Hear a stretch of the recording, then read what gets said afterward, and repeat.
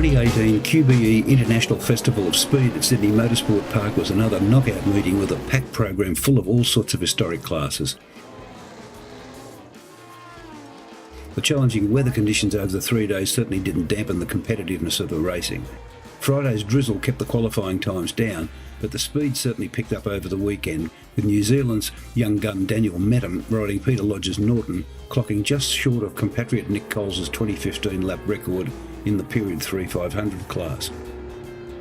This year's theme celebrated 30 years of World Championship Superbikes, with organisers assembling a host of local and international riders of the sport for the popular GP Legends clashes.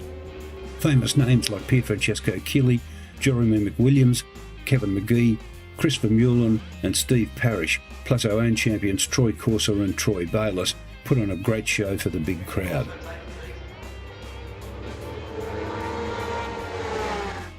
For me, it was a chance to be reunited with an old flame, the works-built NCR Ducati that I rode in the Isle of Man TT in 1978, the year Mike Hailwood famously won the Formula One race on an identical bike.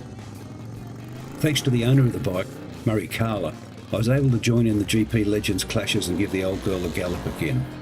Out on the track, as the modern day stars rocketed off into the distance, I was able to cruise around at my own pace, mindful of the rarity and value of the machine and the age of its tyres.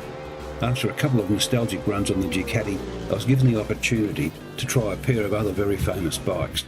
A fabulous machine brought over from New Zealand by owner Graham Staples was the carbon fibre monocoque chassis GS1000 Suzuki, first ridden by the late Robert Holden. Known as the Plastic Fantastic, it was built by Kiwi genius fabricator Steve Roberts. Revolutionary in its day, it still looks modern now, and it's still mighty fast.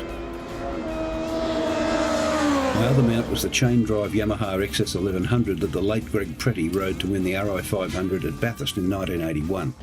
Completely restored by Mel Pittman, you couldn't get a greater contrast to the NCR Ducatis than this Yamaha, which is a big, bulky bike, but nevertheless a very effective machine in its day. With an increasing interest globally in historic racing, the International Festival of Speed has established itself as perhaps the premier event of its type in the Southern Hemisphere, and everyone now eagerly awaits the announcement of the theme for the 2019 event. You can see our full report from this year's festival in issue 72 of Old Bike Australasia, out on April 26th.